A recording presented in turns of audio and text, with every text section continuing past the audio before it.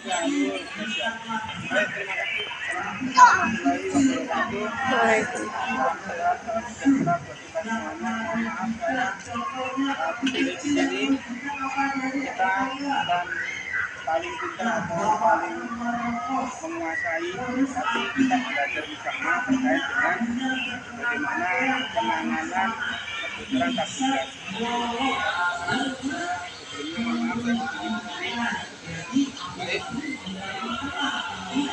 sebelum kita masuk ke materi dengan penggunaan tabung gas, ada yang belum bisa menggunakan ventilator ketika kegiatan.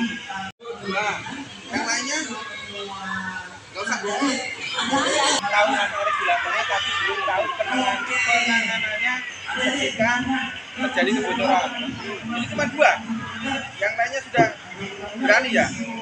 Oke, terima kasih kalau sudah karena bagi lama juga karena jadi kita belajar bersama.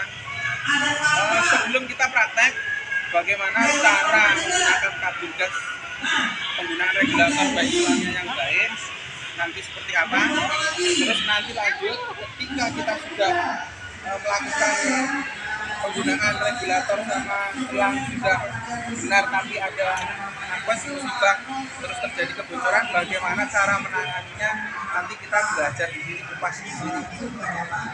Sebelumnya kebakaran itu banyak penyebabnya, tapi kita akan kupas satu penyebabnya aja, yaitu kebocoran tabung gas.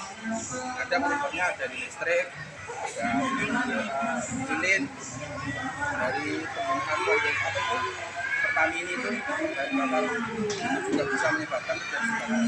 Tapi untuk hari ini kita belajar terkait dengan pencegahan kebocoran tabung gas.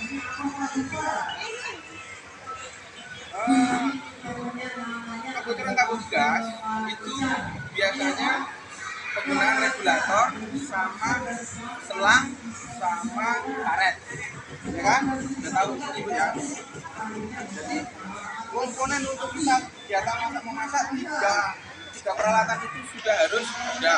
Ada regulator bisa masak, ada selang juga. Kalau nggak ada karet juga tetap bocor.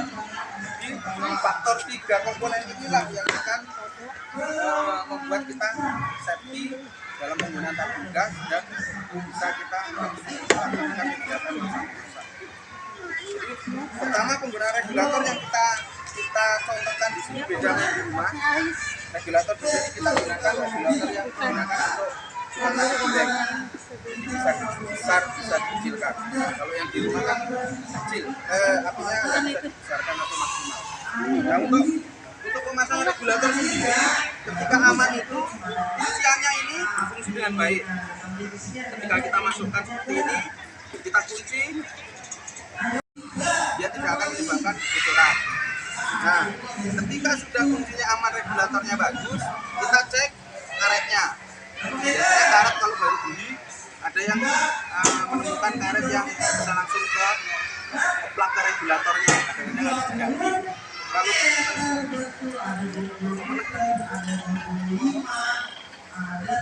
biasanya tidak langsung cocok dengan regulator kita. Nah, caranya jika tidak cocok,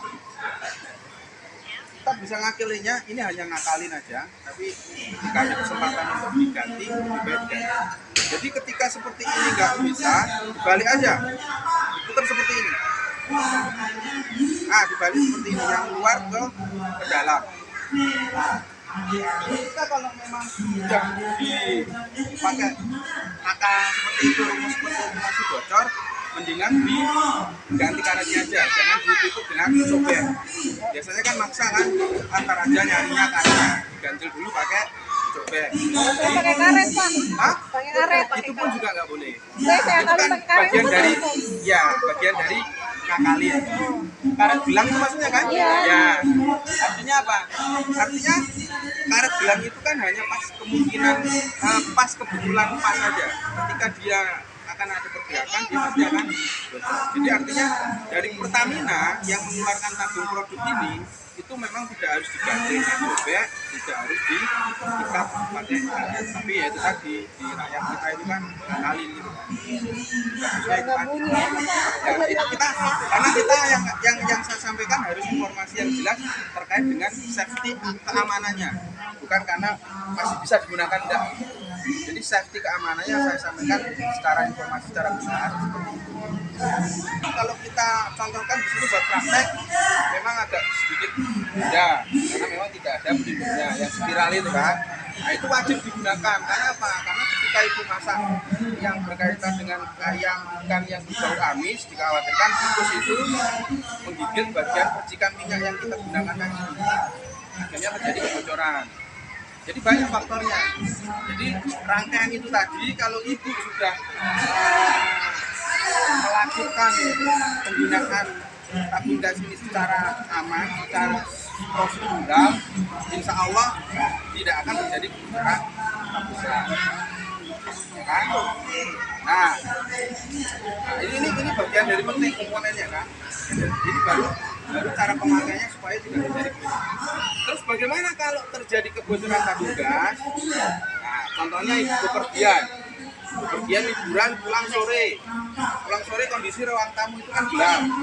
Ketika ibu buka pintu, ternyata sebelum ada penjelasan tadi itu kalau bocor dengan mencoba dipakai karet tadi kan bocor tuh.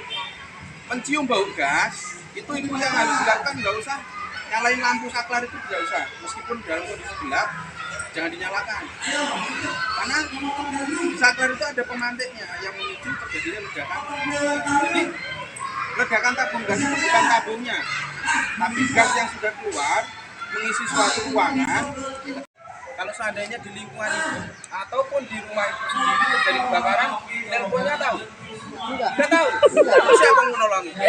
Pak RT. Ini satu alat tabung gas atau alat komunikasi, satu nomor darurat Paris ya, satu nomor darurat yang harus wajib. Jadi artinya ketika ibu ada suatu bencana kayak gitu, nggak bingung. Media siapa nih? Malah TikTok kan biar ada yang bantu.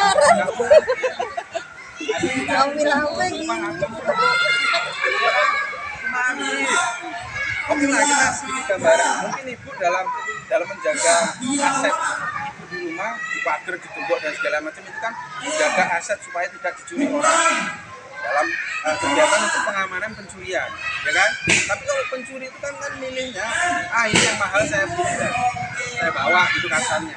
Tapi kalau udah timbul api kebakaran, dia milih api. Wah ini tipe bagus baru beli, nggak usah lah saya bakar, kan nggak bisa. Jadi ketika sudah terjadi suatu penyalaan api ya semuanya kan. Jadi nomornya benar-benar sama sekali nggak ada yang tahu.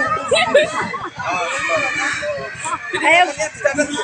Bun, catat Bun. 112 simpel. 112 itu bebas biaya, bisa digunakan. Baik pelayanan mau pagi siang malam silakan hubungi kami. Itu dan nggak usah khawatir. Bayar, nggak ada. Terus nggak usah khawatir jam 3 nih ada